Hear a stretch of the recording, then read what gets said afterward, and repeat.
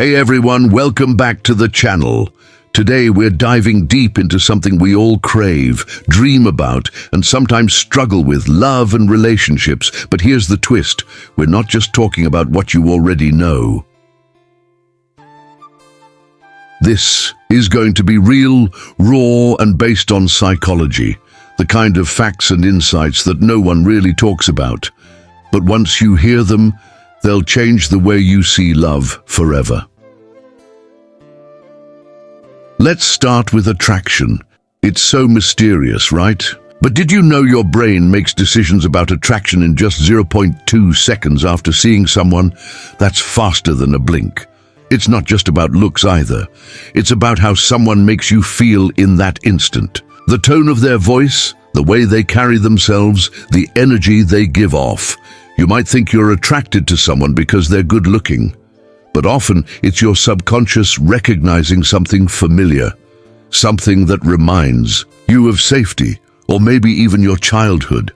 And here's a strange one: people are more likely to fall in love when they're in high-stress situations. That's why reality dating shows love to throw couples into wild adventures, because the adrenaline can actually trick your brain into feeling romantic attraction.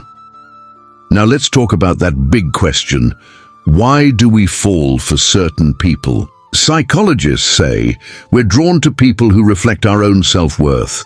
If we feel confident and secure, we choose partners who treat us well.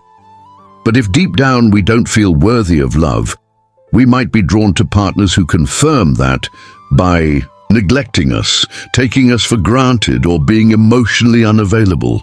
That's why doing the inner work, healing your wounds and loving yourself is so important. Because when you upgrade your relationship with yourself, your standards naturally rise.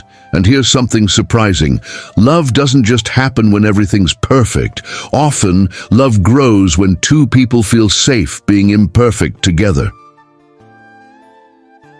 Did you know that couples who mirror each other's body language are more emotionally connected? That means if your partner leans in and you subconsciously lean in too, that's a sign of emotional harmony. Also, watch the way someone speaks about you in front of others. If they highlight your strengths, even in subtle ways, it shows admiration. But if they make backhanded jokes or minimize your achievements, that's a red flag. One more thing: eye contact. Long, relaxed eye contact releases oxytocin, the bonding hormone. So if your partner can really look into your eyes without rushing it, that's often a sign of true connection. Here's something most people never say out loud: the strongest relationships aren't built on perfection. They're built on vulnerability. We're talking about the ability to say, "I'm scared," or "I need you," or "I don't have it all figured out." In psychology, this is called emotional risk, and it's the foundation of intimacy. People often think that being vulnerable is a weakness, but actually it's the ultimate show of strength. Because when you drop your guard and let someone really see you and they still choose to stay, that's when real love begins. Okay, let's clear something up. Chemistry and compatibility are not the same thing. Chemistry is that electric, butterflies in your stomach feeling. It's fun, thrilling, and sometimes completely toxic. Compatibility, on the other hand, is quiet. It's two people moving through life in sync, solving problems together, respecting each other's space, and still choosing one another every day. Here's the kicker: relationships based on chemistry burn fast and hard, but often fade just as quickly. Relationships based on compatibility with a sprinkle of chemistry, those are the ones that last. So, what's the secret to lasting love? Psychologists have studied couples for decades, and here's what they found.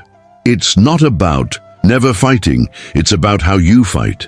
Couples who stay together don't avoid conflict. They just fight with respect.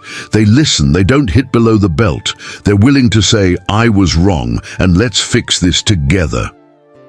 Another key factor: rituals of connection. Simple things like a morning coffee together, a check-in call at lunch, or a hug before bed. Those small moments build trust over time. And perhaps most important, gratitude. Saying thank you, even for the little things, goes a long way in keeping love alive. Let's talk about psychological triggers, the stuff that works beneath the surface. For example, the mere exposure effect tells us that we tend to fall for people we see often. That's why people fall in love at school, work, or even at the gym. Familiarity creates connection. Then there's the Pygmalion effect. If someone believes in you, you start believing in yourself more. When your partner sees your potential and reminds you of it, your self-worth rises. That's powerful love. There's also something called reciprocal liking. It sounds simple, but it's real. We tend to like people who like us back. That's why confidence and openness go such a long way in relationships. Heartbreak doesn't just hurt emotionally. It literally causes brain activity similar to physical pain. That's why breakups feel so unbearable at times. But here's a hopeful fact. The brain can rewire.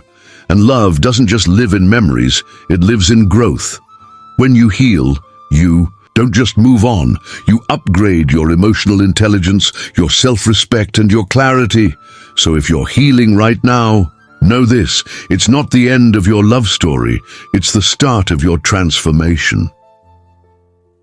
Understanding the psychology behind love doesn't make it less magical, it makes it even more meaningful.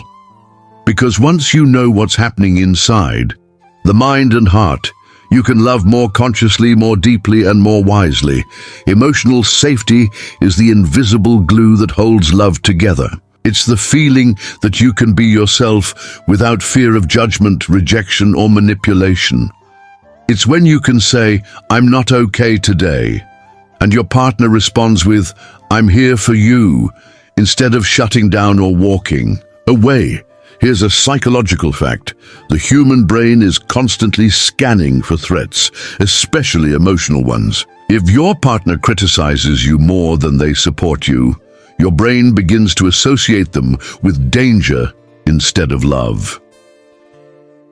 That's why feeling heard, validated, and emotionally secure isn't just a luxury, it's a requirement for a healthy bond. Want a real relationship? Look for someone who makes your nervous system feel calm. That's real love, not butterflies caused by anxiety, but peace caused by trust. So many of our patterns in love, our fears, our attachments, even who we choose, are shaped by our childhood experiences. Psychologists call this attachment theory. There are 4 major types: secure, anxious, avoidant, and disorganized. If you had emotionally available parents, you likely develop a secure attachment, comfortable with closeness and boundaries. But if love was inconsistent or painful growing up, you might become anxious, craving reassurance, or avoidant, where you push people away before they get too close. Here's the hopeful part: attachment styles can be healed. Love doesn't have to repeat old pain. The more aware you become of your patterns, the more you can choose partners who feel safe, and the more you can give that safety back in return.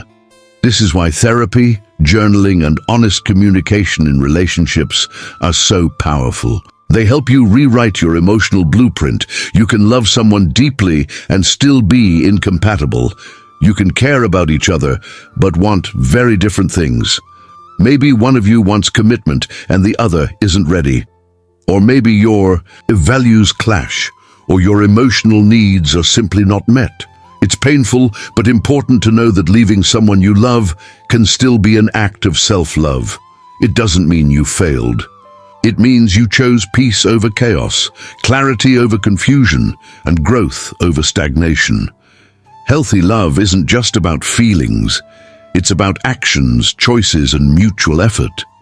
When you're in this place, love stops being a game or a performance. It becomes a sacred space where 2 whole people meet, not to complete each other, but to grow together.